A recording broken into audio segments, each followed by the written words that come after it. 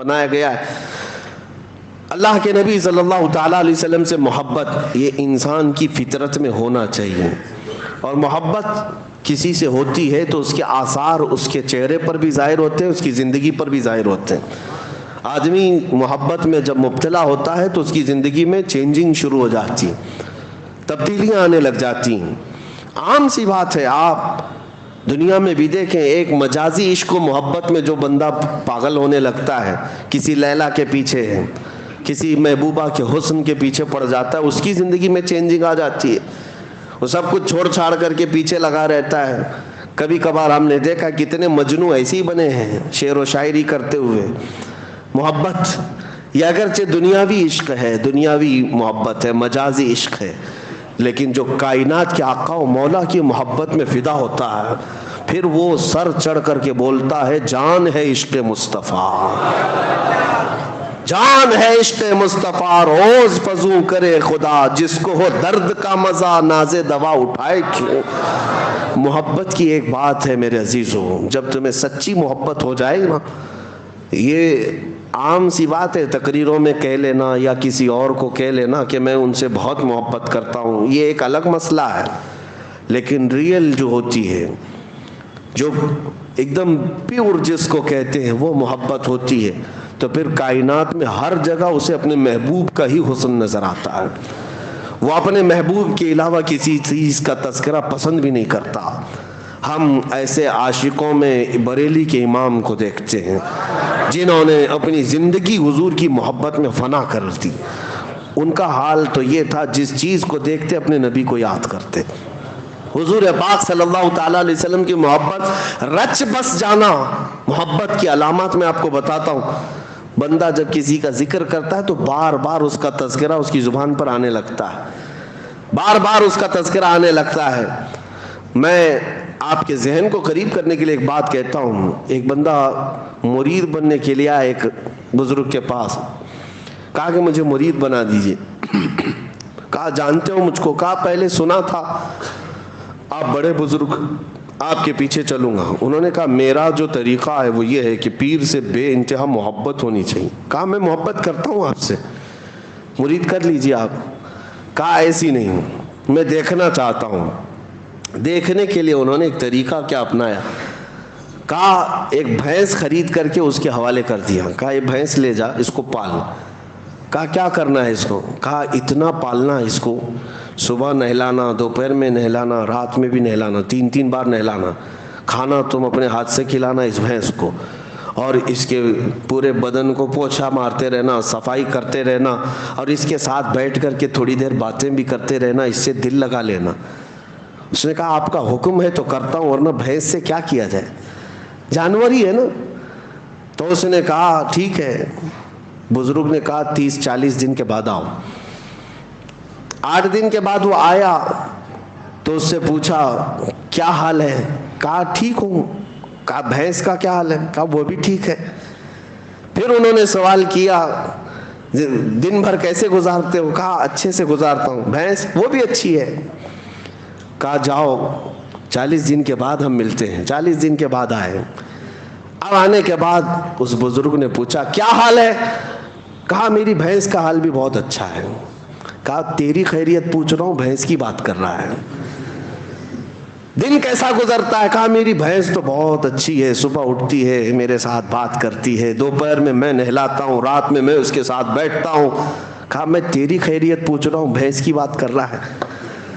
اس کے بعد جتنے سوال وہ کرتے رہے، ہر بات میں بھینس۔ تب اس بزرگ نے فرمایا کہ یہ صرف اور صرف ریہرسل ہے، ایک پریکٹس ہے۔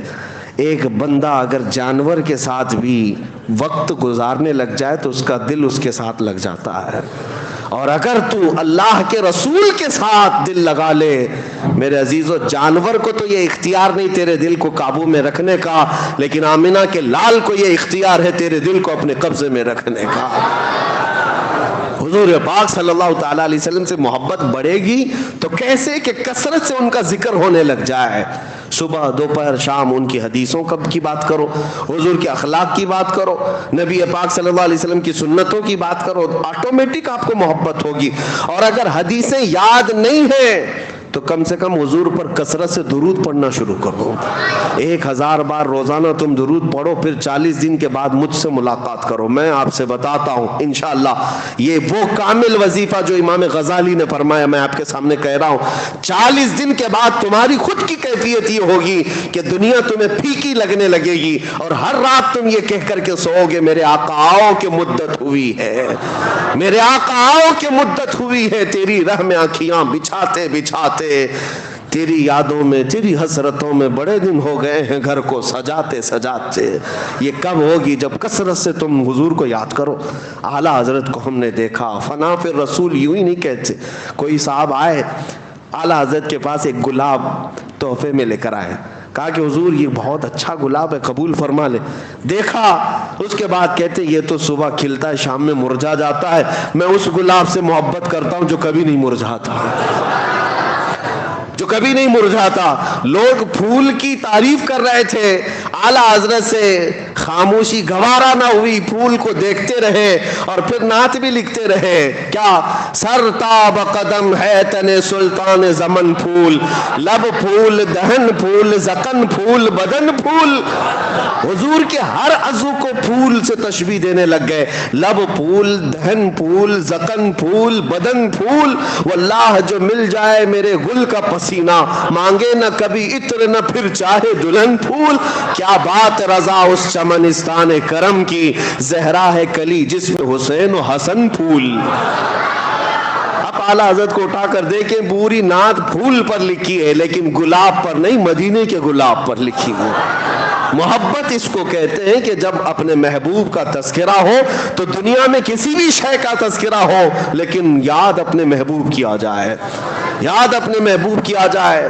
میں نے دیکھا ہے اعلیٰ حضرت کو میں اس لیے زیادہ ذکر کرتا ہوں کہ ان کے کلام پڑھنے کے بعد حضور سے محبت میں اضافہ ہوتا ہی ہے, عشق میں اضافہ ہوتا ہے. اپنا پریکٹیکل تو ہم بتاتے ہیں, باقی دوسروں کا معلوم نہیں. نبی پاک صلی اللہ تعالیٰ علیہ وسلم کے دربار میں قریب ہونے کا جو شوق بڑھتا ہے وہ اعلیٰ حضرت کے کلاموں سے بڑھتا ہے. آپ دیکھیں انہوں نے کہاں کہاں ذکر کیا, اور ایسی ایسی جگہوں پر اللہ کی حمد بیان کرنا ہے, اللہ کی تعریف جس کو حمد کہتے ہیں, وہ جب بیان کرنا. بہت سارے لوگوں نے دنیا میں حمد بیان کی ہے, اور کئی ایسے دوسرے طبقے کے لوگ, دوسرے مکتبہ فکر کے لوگ بھی حمد لکھیں. بچپن میں اردو اسکول کی کتابوں میں وہ حمد بھی آتی تھی, وہ اللہ بہت بڑا ہے جس نے ہماری گائے بنائی. سنے ہوں گے آپ, یا شاید ہو سکتا ہے آپ کے سیلیبس میں چینج ہو گیا, پرانے لوگ جانتے ہیں. وہ اللہ بہت بڑا ہے جس نے ہماری گائے بنائی. اس پر حمد اللہ کی, ٹھیک ہے اچھی بات ہے. وہ اللہ بہت بڑا ہے جس نے ہمارا گھر بنایا, ہمیں باپ دیا, ہمیں ماں دیا. وہ اللہ بہت بڑا حمد ہے یہ. لیکن اعلیٰ حضرت کو دیکھو, اللہ کی حمد بیان کرنی یوں کہتے ہیں, وہی رب ہے جس نے تجھ کو ہمتن کرم بنایا, ہمیں بھیک مانگنے کو تیرا آستاں بتایا. تجھے حمد ہے خدایا, تجھے حمد ہے خدایا. اللہ کی حمد ہے, لیکن کس بات پر؟ اس بات پر کہ اللہ کا سب سے بڑا شکر اس بات پر ہے کہ محبوب اپنا قریبی ہوا ہمیں عطا فرمایا. کہیں پر بھی دیکھیں یہ محبت کی علامت ظاہر ہو جاتی ہے, باتوں میں, تقریروں میں, قلم میں ظاہر ہو ہی جاتی ہے. دعا جب بندہ کرتا ہے تو کیا دعا کرتا ہے؟